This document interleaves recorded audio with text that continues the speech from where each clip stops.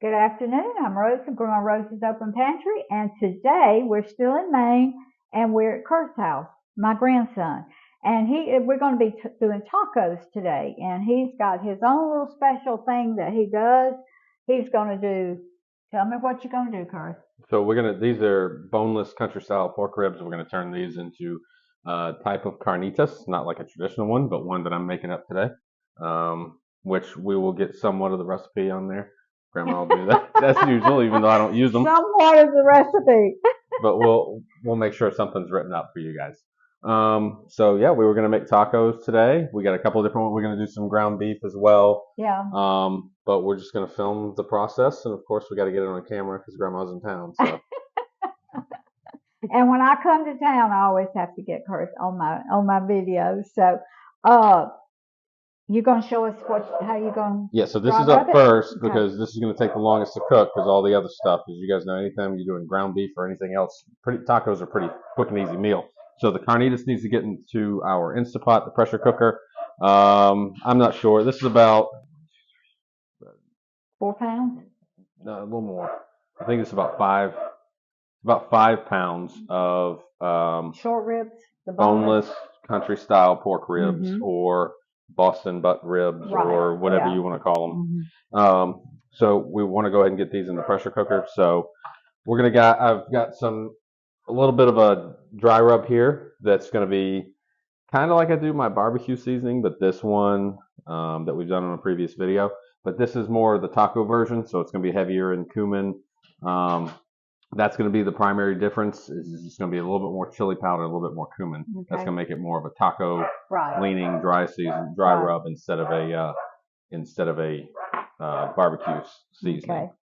Okay. So we're going to go ahead and we're going to rub this down, and then we're also going to make kind of a made up chimichurri sauce. Not going to be anything that you'll find in the recipe, but we're going to throw some stuff together like I usually do, and it's going to taste good at the end, I promise. And I've been a sous chef, so I'm the sous chef today. He's the chef. So I've chopped up some red onions, some cilantro, and we're going to be using that a little bit later. And so Kurt is going to do his rub, and you're going to sear them? Yeah, so I got the Instapot's already on saute. So we'll toss these in there, give them a few minutes on each side, just to get them jump started on the cooking process, and then we'll throw the lid on and put it on high pressure. So these are probably going to go. Usually want to go about 20 minutes per hour or 20 minutes per pound in a pressure cooker, like the Instapot. Yeah. So we'll probably do like an hour and a half on these. And if we need to do more than that, then we can always turn it back pop the lid back on. Yeah. So okay. I'll probably take a look at the packages just to see how much we had here. Okay. So these, we're just going to roll these around, get these coated, light coating. This isn't anything this isn't going to be all the seasoning we put on these. This is just something that we want to get on them before we get them inside the pressure cooker. Right. So we just make sure these are evenly coated on all the sides. And just if you guys want to know, so I said it before, I wasn't really too detailed. So we're going to have, this is garlic powder, cumin powder, chili powder, white pepper, a little bit of cracked black pepper, salt.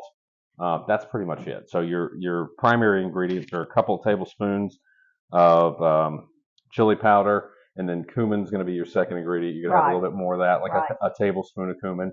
And then the garlic, salt, pepper, all that's going to be somewhere between half teaspoon of each one of those ingredients. I'll have it in the best that he can give it to me. I'm gonna have it in the description box so y'all can make a rub like he's doing. So we're just gonna continue with what we're doing. He's gonna sear them in his Instapot, and so we're just gonna be bringing y'all back and forth as we go from one thing to another. So he's gonna continue here, and we'll be back in just a little bit. Okay. All right. So we've got these. These are all covered pretty equally on all sides. So those are getting ready to go inside of there. Before they do, we're going to finish up this kind of my version of a chimichurri sauce. Again, this is just something that I threw together. I wasn't even planning on making this before we started doing it, but we had some of the stuff in the fridge. So we're just going to throw this on top. So what we're going to do is we got the dry rub on there. Those are going to sit for a few minutes, and when they go in, then we're going to dump this stuff right on top of it, and it's going to help tenderize this meat a little bit and soak up inside the pressure cooker. I told y'all yesterday we love flavor, and believe me, this is flavor. Well, there's going to be a lot of it. So this is a little bit of olive oil. So it's not even a quarter cup of olive oil in there, because all I want enough is just enough to put like a little glaze on there. I've got 1 lime, so we're going to put the juice of a lime in there. And then my sous chef went ahead and chopped up some red onion and cilantro. So that's super finely diced up there. So we get the lime juice in there. And we've got garlic. Yep, minced garlic's going to go in as well. So I mean, that's pretty much it. That's all we're doing. I know that's not a real chimichurri sauce, but that's what I'm calling it because it's the closest thing to it. That's right. So olive oil, lime juice, red onion, cilantro, and minced garlic. So we're going to get this in here. So these are already prepared and portioned up properly. Yep. What do you say? What do you got there? Probably half cup and a half cup. Mm-hmm. Somewhere between. We'll say third. Yeah, a third cup and a half cup. Kurt and I go back and forth in the kitchen a lot. But we cook a lot now. We cook a lot. Well, so we were talking about it yesterday. You said that. So we said 5 years old. So we've been in the kitchen together now for, let's see, almost 33 years. 32 years. That's right. We have. So naturally, we would cook alike. It's longer than most relationships. That's right. All right. So we got just a little bit more of this. Now, how much is that? Teaspoon? 2 teaspoons? 2 teaspoons. Yeah, 1.5. 1.5 teaspoons. we might put more in there anyway. All right, I'm gonna grab a whisk. Let me see.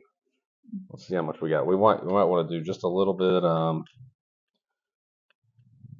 with all this onion. Are you gonna put in? Oh, you put salt in your rub, though, didn't you? Yeah. No, okay. we got the lime juice in here, so that's gonna help. That's going to help, obviously. Anytime you start putting lime juice in anything and oil, you get that pickling process a little bit. Plus, it's going to tenderize your meat. Yeah. Mm-hmm. So again, the closest thing that you could call this is a chimichurri. It's not an actual chimichurri. You guys can look up any kind of there's any number of recipes for chimichurri, but closest thing to it. So that's what we're going to call it. Okay. So we're going to continue. We'll be back in just a few minutes.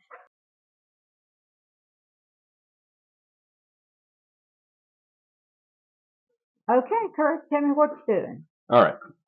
So from before, so we've got the pork in here.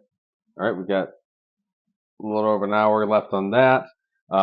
We've sliced up some red and yellow bell pepper. Those are inside my skillet here. We're just getting the nice char on those. Get some like some fajita veggies for the side. And then Grandma probably wants me to tell you guys about these. So this is a very easy recipe. We love Great Northern beans or cannellini beans, and so we love them so much we decided we were going to make them part of our taco nights. So what we did was I add a little bit of chili powder, cumin, salt, pepper, and garlic powder to these, and then finish it off with a little bit of ranch dressing. That's it. And these things taste phenomenal. So if you're looking for something else, a replacement for refried beans or black beans, or anything like that, try the cannellinis or the Great Northerns, and put a little taco seasoning in there with a little bit of ranch or sour cream, and they taste pretty good. So that's kind of where we are now. We'll be doing the ground beef and everything else for the tacos coming up shortly. All right, so now we've got our ground beef browning over here. So me and Grandma were just having a conversation about we like the ground beef really well done whenever we're making tacos.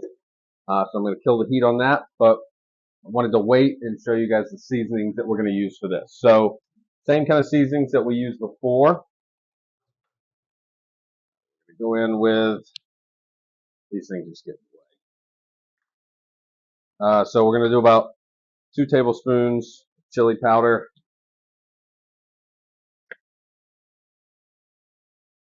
About a half teaspoon, or that's about a quarter teaspoon of white pepper.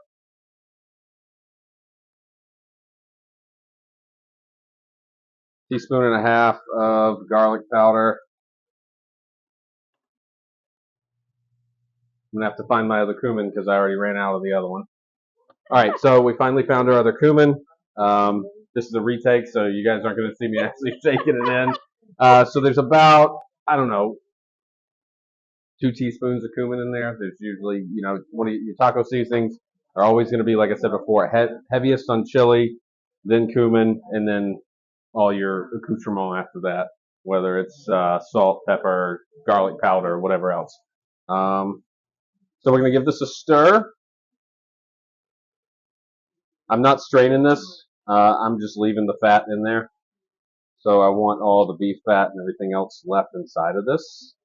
Because if you drain it out, you're draining out the flavor. So with the beef, I like to brown it, and then you just crank the heat really high. That'll help cook off some of the excess water and fat in there. But I just, as a general rule, I don't like to drain any of my ground beef when I'm cooking it in the pan.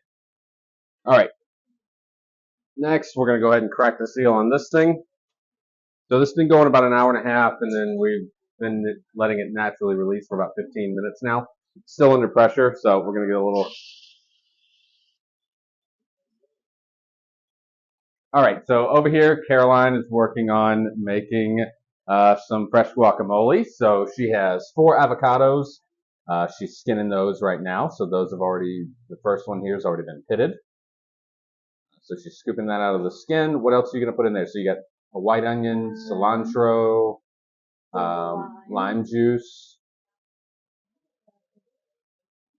Yep, so we'll come back and check in on her once she gets that closer to being finished up. So we can go ahead and crack the seal on this thing.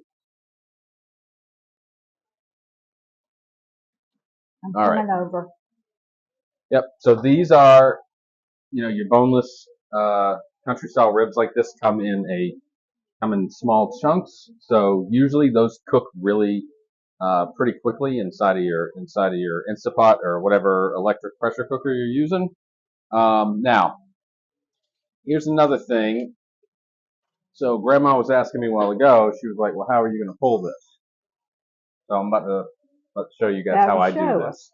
All right. So instead of taking this stuff out and pulling it, what I'm going to do. All right. So we're going to drain some of this out. Okay.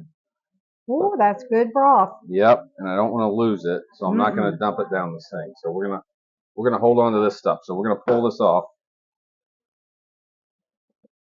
All right. So now what happens is your pork has a tendency to dry out. So you want to leave more than what you think you're going to need. So if you look in there, there's still a good amount of liquid inside of there, but it's going to soak that stuff up when we start chopping it up. But instead of wasting anything else, you got one of these. So I use this to brown the meat to get it really fine. I don't like chunky ground beef, ground turkey, any of that kind of stuff. We like to get it well done and get it chopped up super fine. So I use this thing now in here. So I never take it out. I don't pull it. I've got the fancy Pampered Chef pullers and everything else. So if we're doing if we're smoking stuff, that's a different story. But if we're doing any kind of carnitas or pulled pork inside of this, we're just going to use this thing and we're going to chop it up inside the pot. So this comes right apart. All right, so we've got this stuff strained off and we've chopped it up. So we've got a good consistency particularly for tacos for what we're doing. So this isn't like pulled pork sandwich consistency, but for tacos, this is a really good consistency for our carnitas. I'm going to go back in here. I'm going to hit this with another half teaspoon of garlic powder. A little bit more chili.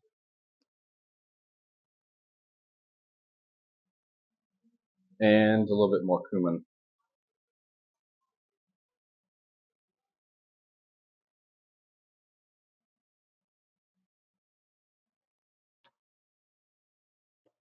Okay, Caroline is making her guacamole here to go with the rest of our taco meal.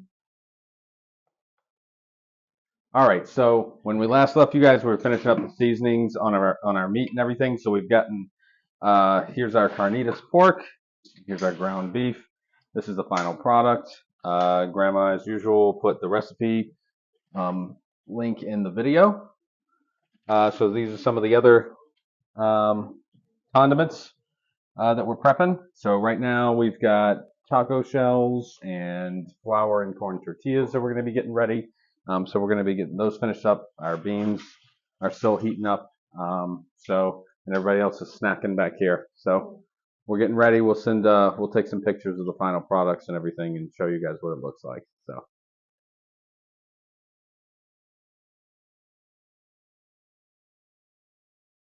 All right. This is family fixing to fix their plate. We're about to eat. Everybody's in line. So food feeds the family. Family feeds the heart. God feeds the soul. Spend time with your family. Amen. Amen. Love y'all. See you next time.